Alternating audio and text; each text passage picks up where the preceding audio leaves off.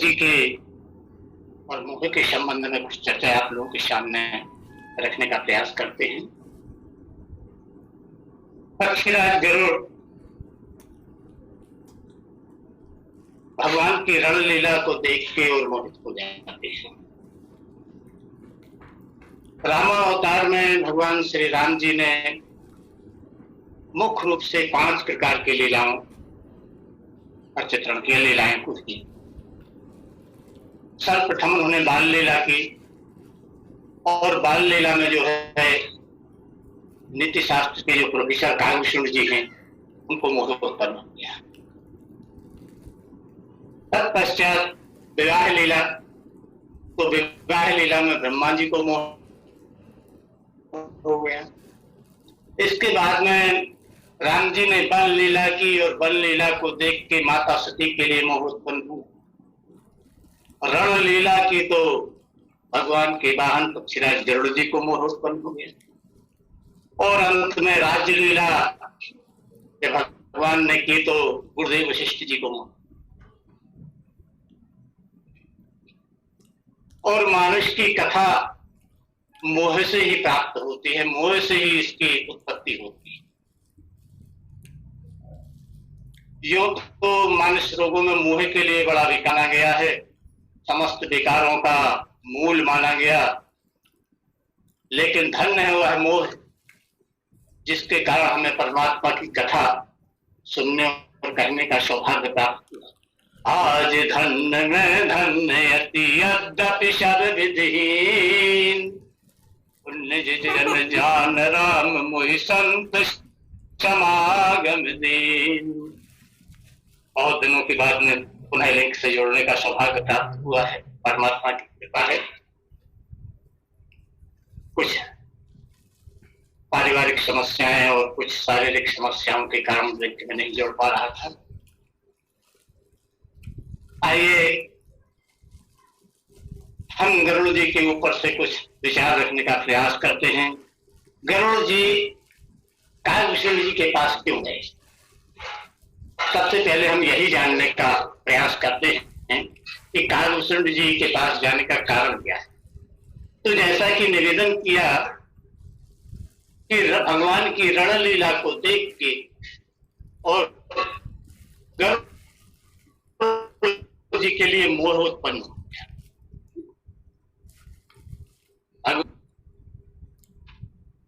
कि जब रघुनाथ की रणलीला समुझत चरित होत मुह बीड़ा, इंद्रजीत कर आप बधायो तब नारद मुनि गरुड़ पठायो।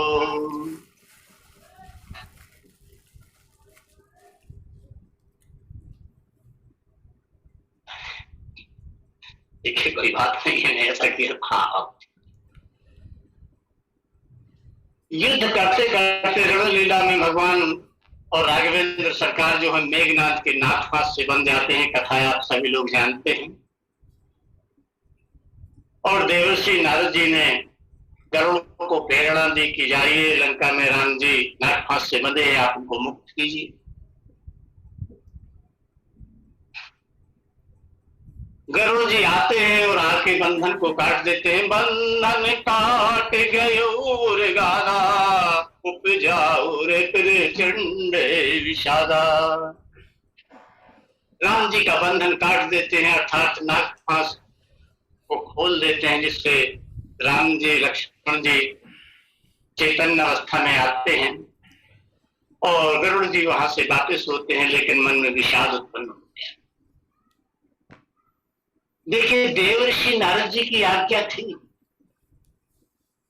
उसको टाला नहीं जा सकता।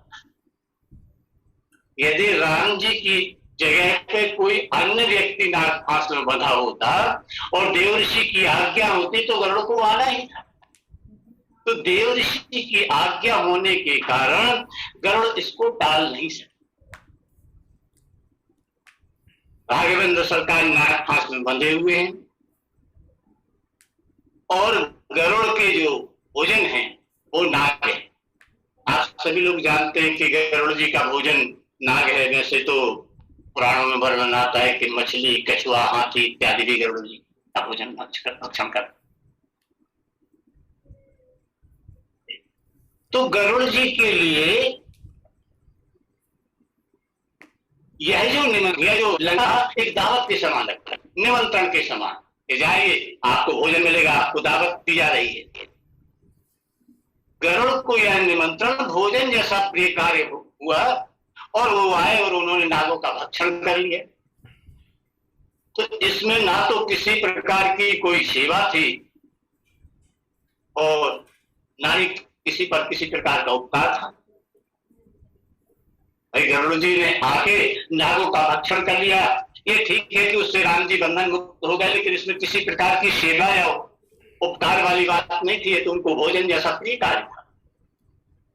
लेकिन इस कार्य को करने से उनके मन में जो है संदेह उत्पन्न हो गया। बाबा तुलसी लिखते हैं कि मेघनाद के नाग फांस में बांधो राम लक्ष्मण दल युक्त। मेघनाद के नाग फांस में बंधे राम लक्ष्मण दल युक्त और काट काट कर मुख अरिदल को किया गरुड़ ने बंधन मुक्त। राम लक्ष्मण किसी कवि की कविता है कि किसी राम लक्ष्मण के साथ पूरी सेना नागपाश में बंधी है और गरुड़ जी ने काट काट के सभी नागों को खा लिया और उसको बंधन से मुक्त कर दिया। इस कार्य को करने से जो है गरुड़ जी के मन में संदेह उत्पन्न हो गया कि भव बंधन ते छुटहि नर जप जाकर नाम हर निशाचर बांधियो नाग फांस सुई राम। अरे जिनका नाम स्मरण करने से और संसार में व्यक्ति जो है आवागमन के मार्ग से मुक्त हो जाता है, जीवन मुक्त हो जाता है, जन्म मरण के चक्र से छूट जाता है, निर्वाण मोक्ष को प्राप्त करता है। ये परमात्मा के लिए और एक छोटे से राक्षस ने नागपाश में बांध दिया। ये संदेश जो है गरुड़ जी के लिए। इसी प्रकार से तो काकभूषण को भ्रम हुआ था। भगवान राम आंगन में मारे पुआ खा रहे थे और काकभूषण जी दीवार पे बैठे बैठे देख रहे थे। तो रोज तो प्रभु कुछ ना कुछ गिरा देते थे प्रसादी के लिए, तो काकभूषण उसको उठा के खा लेते थे। लेकिन आज भगवान ने कुछ भी नहीं गिराया। तो काकभूषण जी के मन में विचार आया कि बड़े कंजूस भगवान हैं, कुछ भी नहीं गिरा है। और जैसे विचार आया उतने में उनको माया का चक्र उनको ऊपर चल जाता है, वो मोहित हो जाते हैं। ये भगवान नहीं है, चौखट खा रहे हैं, कुछ भी नहीं गिरा रहे, बड़े कंजूस भगवान। इसी प्रकार से गरुड़ जी ने सोचा कि छोटे से राक्षस ने खर निशाचर बांधो नाग फांस सुई राम। और इस प्रकार का संदेह जो है गरुड़ जी के मन में आ गया। और जैसे ही ये संदेह आया तो व्याकुल हो गया। भक्त का स्वभाव है, भक्त का स्वभाव होता है कि जब उसको किसी चीज का संदेह आता है तो व्याकुल हो जाता। और यदि उसमें व्याकुलता ना आए तो फिर उसको भक्त भी नहीं कहा जा सकता और भक्त की श्रेणी में नहीं आता। क्योंकि भक्त होगा, संशय उसके दिल में आएगा तो वह संशय उसके दिल को कचोटेगा, उसको काटेगा। और जब काटेगा तो उसको व्याकुलता। तो गरुड़ जी को बड़ी व्याकुलता है। वो विचार करने लगा कि बीमारी मुझे लगी कहां से। तो उसको ध्यान में आया कि मैं तो अच्छा भला बैठा हुआ था वैकुंठ में और देवर्षि नारद जी के कहने से मैं राम जी का बंधन काटने के लिए गया, उनको बंधन मुक्त करने के लिए गया, और वहां से मुझे ये व्याकुलता आई। अर्थात गरुड़ ने अंदाज लगाया, अनुमान लगाया कि यदि नारद जी मुझको न भेजते तो मुझको ये व्याकुलता न आती, मुझको ये बीमारी नहीं आती, तो देवर्षि नारद के पास ही जाना चाहिए ताकि इससे मुक्ति हमें उन्हीं के माध्यम से मिले। तो व्याकुल गयो देवर्षि पाहि, अत्यंत व्याकुल हृदय से, और गरुड़ जी जो हैं वह देवर्षि के पास, नारद जी के पास जाते हैं। गरुड़ के चित्त में बड़ी व्याकुलता हुई, और प्रभु के महात्म में यदि व्याकुलता आ जाए, संदेह आ जाए, वो व्याकुल ना हो तो भक्त कैसा, वो भक्त हो ही नहीं सकता। तो नारद जी के पास जब व्याकुल गरुड़ जी पहुंचे तो उसकी व्याकुलता को देख के, गरुड़ जी की बातों को सुन के,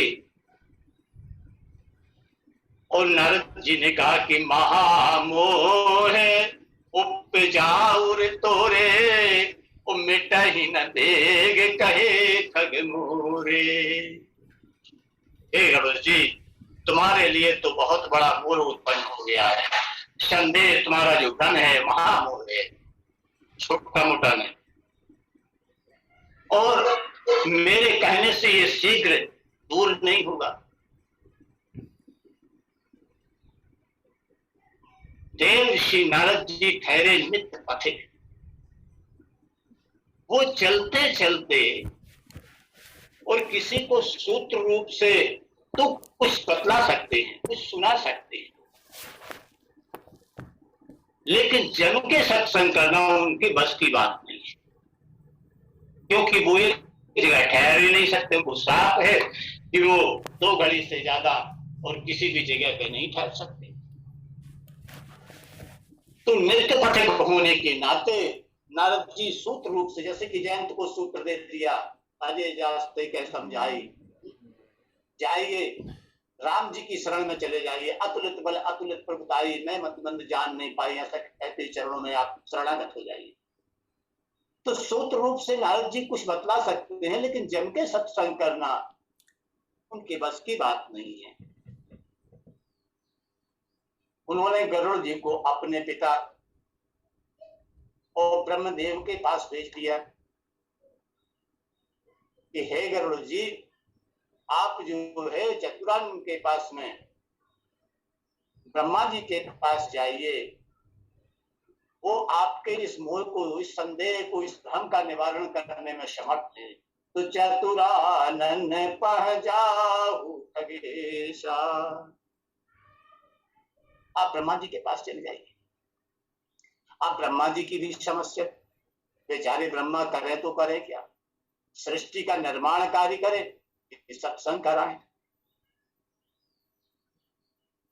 अतः वो गरुड़ जी से बोले कि हे गरुड़ जी, मेरे पास तो बिल्कुल अवकाश नहीं है कथा कहने का, सत्संग करने का, तुम यहां से सीधे कैलाश चले जाओ।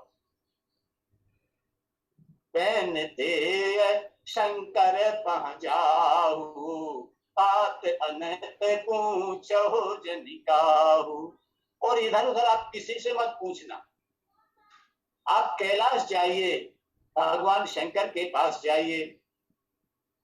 तो भगवान शंकर के पास क्यों जाए? तो जान महेश राम प्रभुताई, राम जी के प्रभाव को, राम जी के महत्व को, और भगवान भोलेनाथ के सिवा कौन जान सकता है। और उन भोले बाबा को अवकाश ही अवकाश है। राम कथा सुनाने में उनको बड़ा आनंद आता है, भगवान राम के गुणानुवाद सुनने और सुनाने में उन भोलेनाथ को बहुत आनंद आता है। इसलिए हे गरुड़, तुम कैलाश चले जाओ। लेकिन लगता है कि गरुड़ जी का मुहूर्त ही बिगड़ा हुआ। कभी कभी जब हम घर से निकलते हैं, कुछ अशुभ घटना घट जाए सामने, बिल्ली रास्ता काट जाए तो मन खट्टा हो जाता है, जिस काम से जा रहा शायद पूरा नहीं हो पाए। तो गरुड़ जी का शायद मुहूर्त ही बिगड़ा हुआ था। वो कैलाश तो पहुंचे, लेकिन देखते क्या है कि भगवान शंकर जो हैं कुबेर से मिलने के लिए अलकापुरी की ओर प्रस्थान करते हैं, अलकापुरी की ओर जा रहे हैं। तो गरुड़ जी की व्याकुलता को देख के गरुड़ बहुत व्याकुल थे और व्याकुलता को देख के भगवान शंकर ने उनकी बात तो सुनी, लेकिन सुनने के बाद में उन्होंने गरुड़ से कहा कि हे गरुड़ जी, जिस संशय की बात तुम कर रहे हो यह थोड़े समय में दूर होने वाला नहीं। जब कछु काल करिए सत्संगा, इसके लिए आपको कुछ समय तक, कुछ दिनों तक आपको सत्संग करना पड़ेगा, और जब आप सत्संग करेंगे तब आपका मोह दूर होगा। लेकिन तुम तो मुझे रास्ते में मिले, मिले गरुड़ मार्ग मोही, ओ कवन भात समझाऊं तो ही। हे गरुड़ जी, तुम मुझे रास्ते में मिले हो, अब मैं तुमको किस प्रकार से समझाऊं? तुम्हारा मोह बहुत समय तक सत्संग करने से, ये सत्संग की महिमा है कि सत्संग से मोह दूर होता है। हमारा सांसारिक जो मोह है, मोह का जो बंधन है, उसको सत्संग रूपी शस्त्र से ही काटा जा सकता है, अन्यथा ये सांसारिक बंधन हमको भौतिकता की ओर तो खींचता हुआ ले जाएगा, लेकिन आध्यात्म की ओर नहीं बढ़ेगा। और इसीलिए जगह जगह भागवत पुराण, नवथा रामायण और ये सत्संग कार्यक्रम होते हैं, और परमात्मा की असीम अनुकंपा है कि वो पटेल जी को माध्यम बना के और हम सबको सत्संग का लाभ दे रहे हैं। जो व्यक्ति परमात्मा के पथ की ओर बढ़ने के लिए अग्रसर है और दूसरों को भी प्रेरणा दे रहा है, ऐसे व्यक्तियों का संग करना ही सर्वोत्तम सत्संग कहलाता है, जो कि हमें इस लिंक के माध्यम से, पटेल जी के माध्यम से प्राप्त हो रहा है। तो सत्संग करने से मोह दूर होता है। यही भगवान शंकर जो हैं गरुड़ जी से कहते हैं कि तुम्हारा मोह सत्संग करने से दूर होगा। इसलिए नित्य जहां कथा होती है, जहां नित्य ही कथा हो रही है, मैं उस जगह पे तुम्हें भेजता हूं। नित्य हरि कथा हो जहां भाई, ओ पठ बहु सुनहु तुम जाई। जहां नित्य परमात्मा की कथा होती है, कोई दिन ऐसा बाकी नहीं रहता जहां परमात्मा की कथा ना हो। मैं उस स्थान का पता बतलाता हूं, वहां जाइए और वहां कथा सुनिए, और कथा को सुनने से आपका मोह जो है वह दूर हो जाएगा। और भगवान शंकर के कहने से गरुड़ जी जो हैं वह कागभूषण जी के पास जाते हैं और उनसे कथा सुनते हैं, और कथा सुनने के बाद में गरुड़ जी का मोह जो है वह दूर होता है। इसीलिए गए गरुड़ जहां बसे भूषुंडा, अपना अज्ञान, अपना संशय, अपना मोह दूर करने के लिए महाज्ञानी गरुड़ जी, जो कि भगवान के नजदीक रहते हैं, भगवान के वाहन हैं, वो है कागभूषण जी के पास कथा सुनते। आइए इस प्रसंग की थोड़े और गहराई में प्रवेश करने का प्रयास करते हैं। आप सभी लोग मन, बुद्धि और चित्त को लगा के श्रवण करें। सुनहु तात मन मति चित लाई। हम पहले ये देखना चाहते हैं कि गरुड़ जी के लिए नारद जी ने और उपदेश क्यों नहीं किया। नारद जी यदि चाहते, उपदेश देना चाहते, तो गरुड़ जी को उनके साथ चलते रहने में कोई कठिनाई नहीं होती।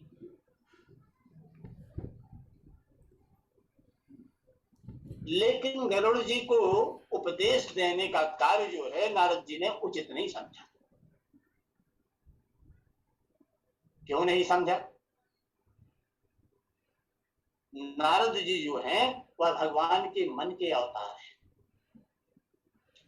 और गरुड़ जी जो हैं वह वेद की मूर्ति है, वेद मूर्ति है। पृष्ठत वेदः सुपर्णाख्यो यज्ञम बहते पुरुषः। श्रीमद् भागवत के 12वें स्कंद के 11वें अध्याय में मूर्ति रहस्य को बतलाते हुए और ये कहा गया है कि गरुड़ ही वेद है, वेद ही गरुड़ हैं जो यज्ञ पुरुष का वहन करते हैं, यज्ञ पुरुष को धारण करते हैं, उनके वाहन हैं। तो श्रुति में अर्थात वेद में यदि धन्य आ जाए तो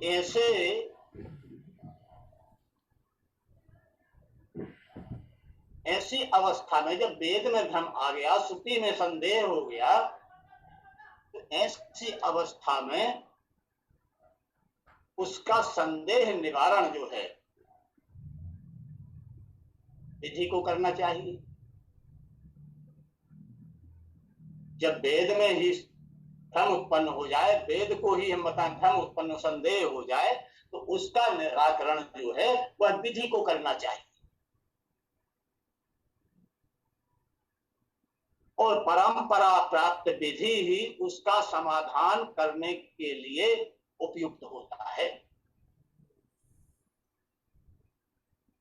यह विचार करके कि संविधान में भ्रम है और संविधान के लिए विधि के पास भेज दिया जाए, विधाता के पास भेज दिया जाए, संविधान रचयिता के पास में भेज दिया जाए, वही इसका संदेह निवारण कर सकते हैं। ऐसा विचार करके और गरुड़ जी को विधि अर्थात ब्रह्मा के पास में नारद जी ने भेजा। अब विधि के द्वारा किसका समाधान होता है? ब्रह्मा जी ने गरुड़ जी को उपदेश नहीं किया, इसका कारण क्या है?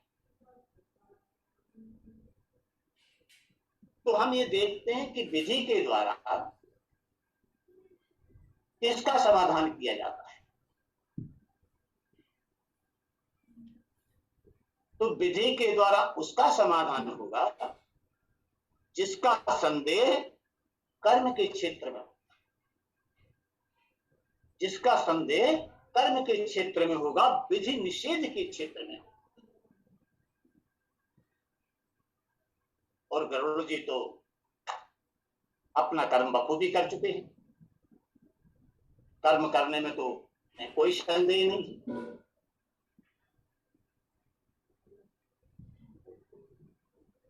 राम जी नागपाश में बंधे थे और गरुड़ जी ने जाके उस बंधन को खोल दिया, बंधन को काट दिया। अर्थात अपने कर्तव्य में गरुड़ जी के लिए कोई आलस्य, कोई प्रमाद नहीं किया। कर्तव्य को वो अपने कर्म को बड़ी निष्ठा से निभा चुकी है।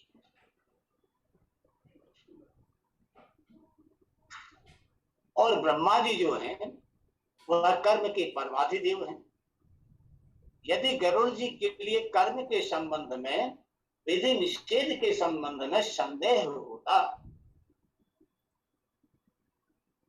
तो ब्रह्मा जी अवश्य ही उस संदेह को दूर करने का प्रयास करते, समाधान देते।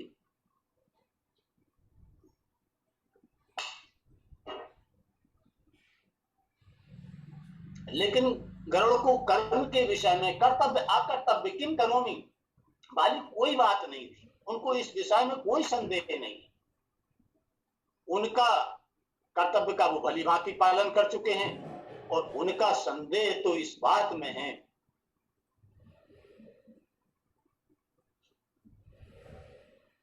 कि परमात्मा की वही है, क्या राम वही है जिनका स्मरण करने से और मनुष्य संसार सागर से छूट जाता है।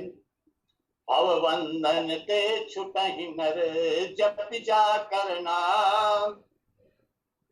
हर बिन साचर बांधेओ नाग फास सोई राम। गरुड़ जी ने सोचा कि मैंने सुना था कि परमात्मा का अवतार हुआ है, रामा अवतार हुआ है, मनुष्य के रूप में अवतार लिए हैं, लेकिन हमें परमात्मा का कोई लक्षण दिखाई नहीं। जिस परमात्मा का स्मरण करने से मनुष्य संसार सागर से मुक्त हो जाता है, उसी परमात्मा को एक सांसारिक व्यक्ति ने तुच्छ राक्षस ने बांध लिया। तो ये भगवान नहीं हो सकते, ये वो परमात्मा नहीं हो सकते। ब्रह्म जो विरज बागीशा, वो नहीं हो सकता। इस प्रकार का संदेह जो है वह गरुड़ के मन में आया। तो ब्रह्मा जी जो है कर्तव्य अकर्तव्य के लिए, विधि निषेध के लिए और कर्म के लिए यदि संदेह होता तो ब्रह्मा जी उसको समाधान देते। लेकिन गरुड़ जी का जो है संदेह जो है कर्तव्य के प्रति नहीं है, कर्म के प्रति नहीं है, कर्तव्य अकर्तव्य के प्रति नहीं है, विधि निषेध के प्रति भी नहीं है। उनका भ्रम तो इसलिए इसमें है, क्या यह राम वही है, अर्थात राम के तत्व के विषय में और तत्व के जब बारे में भ्रम हो तो उसका निराकरण विधि नहीं कर सकता। उसका निराकरण तो कोई तत्व ज्ञानी गुरु ही कर सकता है। इसीलिए ब्रह्मा जी ने कहा कि इधर उधर मत पूछना, तुम सीधे कैलाश चले जाओ। क्योंकि भगवान शंकर जो हैं वंदे बोधमयं नित्यं गुरुं शंकर रूपणो, भगवान शंकर जगत गुरु। माता पार्वती जी ने भी कहा कि तुम त्रिभुवन गुरु वेद बखाना। भगवान शंकर जो हैं वह त्रिभुवन के संसार के गुरु। तो ब्रह्मा जी ने उनको गुरु के पास भेज दिया। अच्छा, अब ब्रह्मा जी ने जब शंकर जी के पास, गुरु के पास भेजा तो गुरु ने उनको उपदेश नहीं किया। ऐसा क्यों? गुरु को, जो तत्व के गुरु हो, उनको तो तत्व का ज्ञान देना चाहिए। लेकिन सब अधिकारी ऐसे नहीं होते कि जिनको एक ही गुरु निर्देशित कर दे। ऐसे सभी अधिकारी नहीं। जब कोई जिज्ञासु साधक उस गुरु के पास जाता है तो वह गुरु ये देखते हैं कि ये हमारे पथ पर चलने योग्य है कि नहीं। यदि हमारे पथ पर चलने योग्य है तब तो वो उसको अपने पास रखेंगे और उसको उपदेश देंगे। लेकिन जो उनके पथ पर चलने लायक नहीं है तो वो ये देखते थे कि यह किस गुरु के पथ के लायक चलने वाला है, उसके पास थे। क्या इसको इस प्रकार से समझ सकते हैं कि जैसे कि एक डॉक्टर है तो कोई हृदय विशेषज्ञ है, तो कोई मस्तिष्क का विशेषज्ञ है, तो कोई कैंसर का विशेषज्ञ है, तो कोई टीबी का विशेषज्ञ।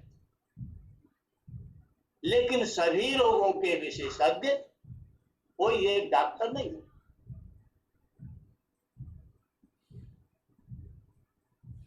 तो जो रोगी जिस रोग का जिस मर्ज का रोगी है उसको उस रोग के विशेषज्ञ के पास में वो भेजे।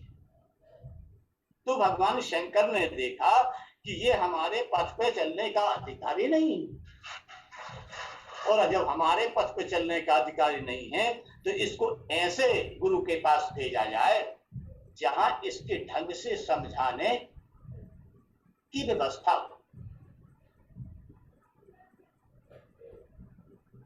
क्योंकि सभी के समझाने का जो ढंग है वो अलग अलग होता है।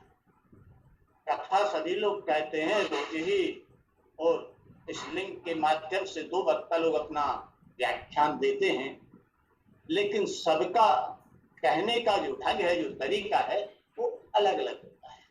कथा वही है जिसको हम और आप सभी जानते हैं, लेकिन सबके कहने की शैली जो है वह अलग अलग होती है। तो भगवान शंकर ने सोचा कि जब कहने का ढंग अलग अलग है तो इसको ऐसे अधिकारी के पास भेजा जाए जो इसके ढंग से कथा कहता हो। ये हमारे ढंग से और कथा सुनने का योग्य तो नहीं है, तो इसे ऐसे स्थान पर भेज देते हैं जहां इसके ढंग से समझाने की व्यवस्था हो। और शंकर जी ने यही बात उपदेश न देने का कारण बताते हुए कहा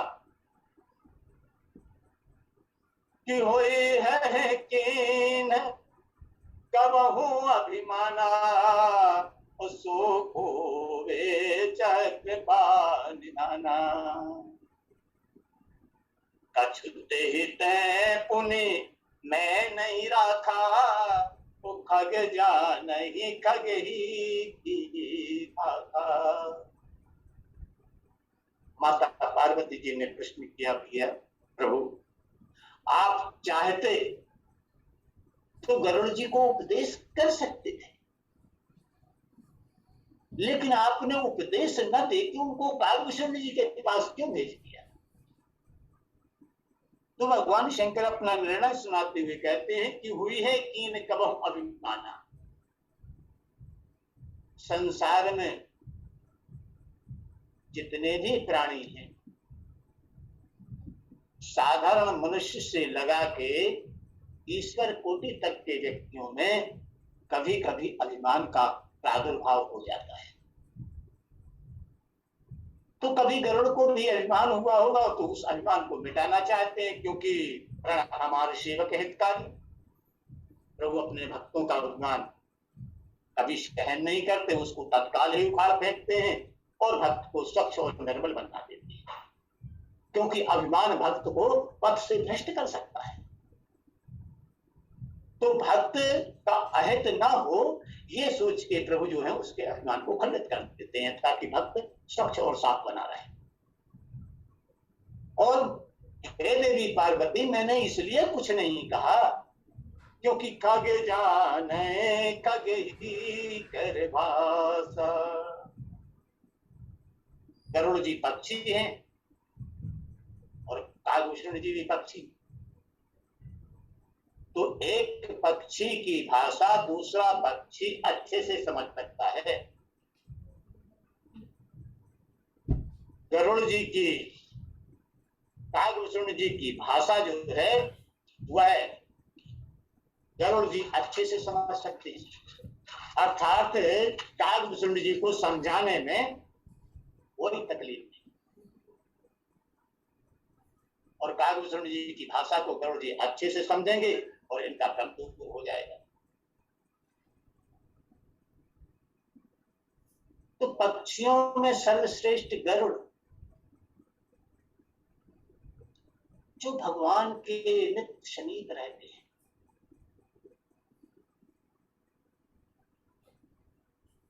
प्रभु की सेवा में रामावतार में एक ही बार मानस में ऐसा वर्णन आया है कि प्रभु की सेवा करने के लिए लंका के रणांगन में पहुंचते हैं।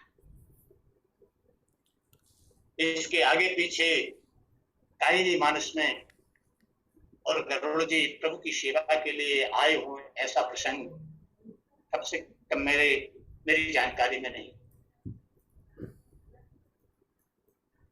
और एक बार ही सेवा करने के लिए आए और संदेह ले लिए, संदेह को लेकर लौटी और संदेह का निवारण करने के लिए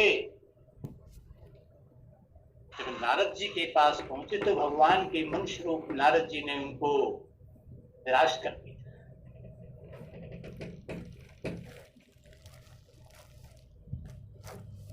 नारद जी ने उनको निराश कर दिया। भगवान विष्णु के साक्षात पुत्र ब्रह्मा जी ने भी उनको उपदेश नहीं किया। आप सभी जानते हैं कि भगवान नारायण की नाभि से कमल लाल निकली, उस कमल के ऊपर और ब्रह्मा जी का प्रादुर्भाव हुआ, उदय में ब्रह्मा जी का प्राकट्य हुआ।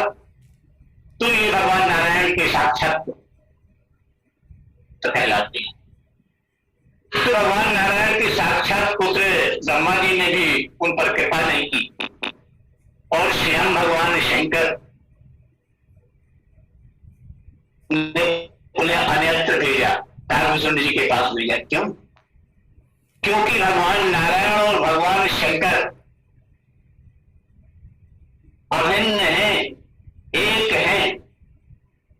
एक हुए तुझ में लसे जो सूरज अर्ध हो। दोनों एक ही हैं, दोनों अलग नहीं हैं। ये ही ब्रह्म के दो रूप हैं, नारायण एक रूप और दूसरा भगवान शिव दूसरे।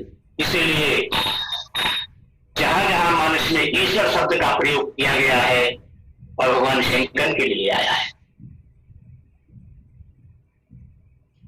तो जिसके लिए खुद के बारे में भ्रम हो जाए, नारायण भगवान शंकर ने इसलिए कि मेरे ही संबंध में इसको भ्रम है, मेरे तत्व के बारे में भ्रमित है, तो इसको मैं ही उपदेश करूंगा तो इसका संशय दूर नहीं होगा। इसलिए उन्होंने जो है उनको कालभूषण जी के पास ली।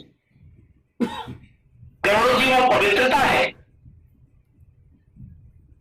और भगवान के इसका सानिध्य है।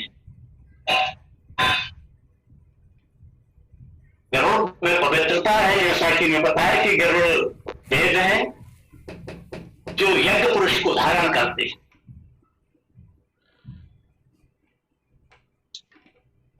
भगवान का सानिध्य इनको प्राप्त है, भगवान के नित्य समीप रहते हैं। माता पार्वती ने भी कहा कि गरुड़ महाज्ञानी गुण राशि, हरि सेवक अति निकट निवासी।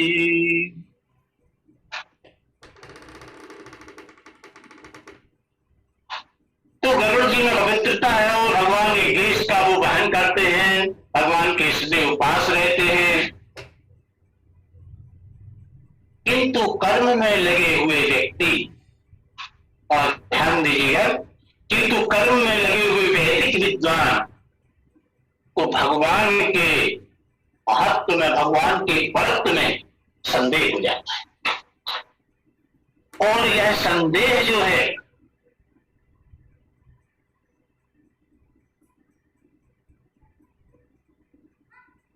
जब व्यक्ति को कर्मनिष्ठ व्यक्ति के लिए होता है